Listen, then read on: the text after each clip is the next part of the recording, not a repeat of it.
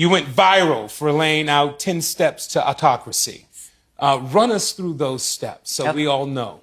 Okay, so this happens in every nation that has become an autocracy, having been a democracy. So whether we're talking about Brazil with Bolsonaro, or India, or Putin and Russia, the Philippines with Duterte.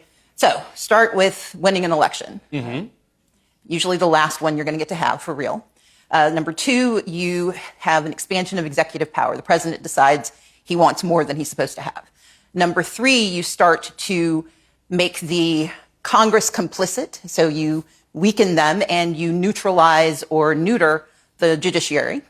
Like, I don't know, the Supreme Court giving you unfettered power and saying we don't have the ability to stop things. Then you move on to firing all the people who know how to make government work. So you gut the civil service. And you do that because you want to break democracy so people forget the stuff that used to get done. So you can't get your Social Security check. So the CDC doesn't know what diseases are anymore. Then you put in place these loyalists, these people who are only responsive to you. You put them in charge of the FBI so they go after your enemies. You put them in charge of the Department of Justice, the Department of Defense, so they can signal to their friends and tell them all about the evil plans that you have. Then you make certain that you break how we communicate. So you criticize the media and you create your own echo chamber of propaganda. You call it truth even though you know you're lying. Then you go to the next step, and I call that step 7. Because at step 7, you have to blame someone. You have to blame people for the broken government, for the broken promises. So you go after DEI. You go after the vulnerable, the dispossessed. You go after any community that doesn't look like what you think power should be. While you're doing that, you make certain that in step 8, you eliminate anybody who can help them. So you sue law firms that do pro bono cases. You go after philanthropies and accuse them of giving money to the wrong people. You go after colleges and universities that can teach people possibly what else they should know.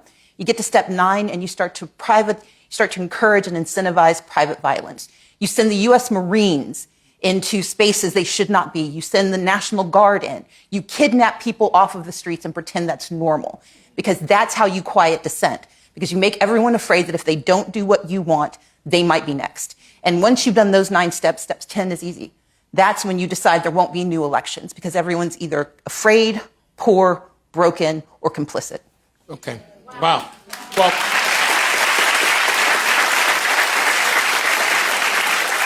while you have the ear of the people right now and on their television sets, what is it that they can do to help avoid this and make a change in this? Thank you.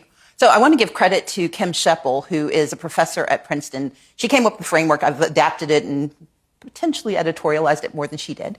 But I also want to give credit to the Robert F. Kennedy Foundation, not the lesser successor, but the real guy. We can fight back. We can remember that we do have power. They don't want dissent, so protest. They want us to forget that before we had power, we had each other. So when they break democracy, when they break the Social Security system, when they slash SNAP benefits and Medicaid, make sure you're checking on your neighbors. Make sure we're using mutual aid.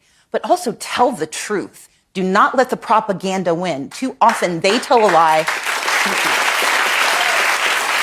They will tell a lie so often it sounds like the truth. We say the truth one time, and when people don't applaud, we stop talking. We've got to keep telling the truth, not only to push back against them, but to remind us that we are entitled to the truth. We have to believe that freedom of assembly means it's more than just going to protest. It's the ability to be friends with people who aren't like you. And we have to stop believing that we are in this alone. The most effective thing they do is isolate us. They convince us that you and I don't have any common cause, and we certainly don't have common cause with someone who has a different history than we do. When we hold to our truth, when we actually believe in ourselves and our people, when we believe in democracy as something that must deliver, that's when we start to fight back, and that's when they lose, because they win when we are too numb or too afraid to act. All right. You win.